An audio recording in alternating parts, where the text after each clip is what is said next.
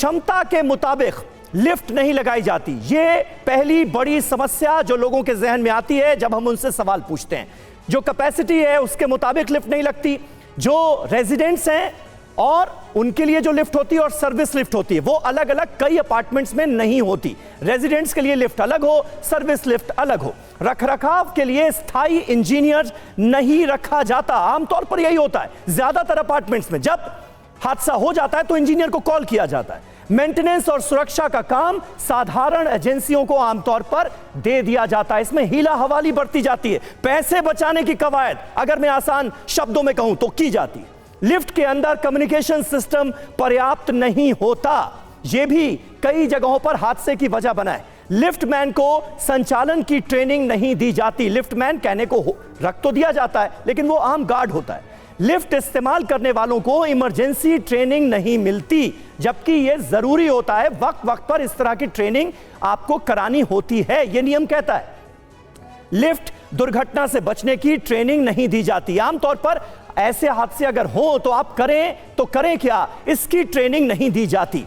ये बड़े सवाल निकलकर सामने आते हैं और सोसाइटीज की ये गलतियां सामने आती हैं। नवीन भटनागर साहब हमारे साथ मौजूद हैं। भटनागर साहब देखिए, डर है, खौफ है, लोगों के जहन में सवाल है, मेंटेनेंस को लेकर उठ रहे प्रश्न भी हैं, लेकिन इनका जवाब क्या है? मैं सीधा सवाल आपसे पूछता हूं, अगर इस तरह का हादसा हो जाए तो आम इंसान करे तो करे क्या? क्या करना चाहिए जब लिफ्ट अचानक से नीचे गिरने लगे? क्योंकि इसमें समय बहुत कम मिलता है इंसान को बचने के लिए। 4-5 सेकंड में तो सब कुछ हो जाता है। बिल्कुल, एक्चुअली क्या है, जितनी लिफ्टें लगती हैं सबके अंदर जो है सेफ्टी डिवाइसेस लगे होते हैं। जैसे मान लीजिए लिफ्ट एकदम फ्री हो जाए, बहुत तेज़ी से नीचे जा रही है, तो उसके अंदर गवर्नर लगा रहता है, स्पीड कंट्रोल गवर्नर, और इसी प्रकार से ARD लगा रहता है, ऑटोमेटिक जो रेस्क्यू डिवाइस है वो लगा रहता है। तो ये दोनों इंस्ट्रूमेंट्स जो है स्पीड को कंट्रोल करते हैं और ऐसे चीज़ को रोकते हैं। इसके अलावा सबसे बड़ी, जैसे हमारे जो पूर्व प्रवक्ताओं ने भी बताया और आपने भी बताया, तो इसके लिए जो लॉ जो अभी नहीं पास हुआ है वो होना ज़रूरी है, क्योंकि इसके लिए नेशनल सेफ्टी काउंसिल के रूल है। नवीन साहब, इतनी टेक्निकलिटीज में हम ना जाएं। मैं बस सिर्फ उस स्थिति का जिक्र कर रहा हूं कि जब फ्री फॉल हो, इंसान लिफ्ट में फंसा हो तो क्या करे?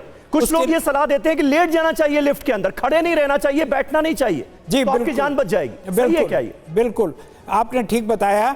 तो ऐसे कंडीशन के अंदर इतना जोर का झटका लगता है कि आदमी खड़ा रह ही नहीं सकता, गिर पड़ता है, तो उसको कोने में बैठ जाना चाहिए। ऐसे करके लंबी लंबी सांस लेके धीरे धीरे मुंह से निकालना चाहिए, और हाथ को इस प्रकार से दबा लीजिए उंगलियों को, तो इससे एक पावर जनरेट होती है और आपको अपने माइंड पे कंट्रोल करने में, पैनिक की कंट्रोल करने में ताकत मिलती है, जो बहुत ज़रूरी है। अगर ये नहीं करेंगे तो शॉक लगता है।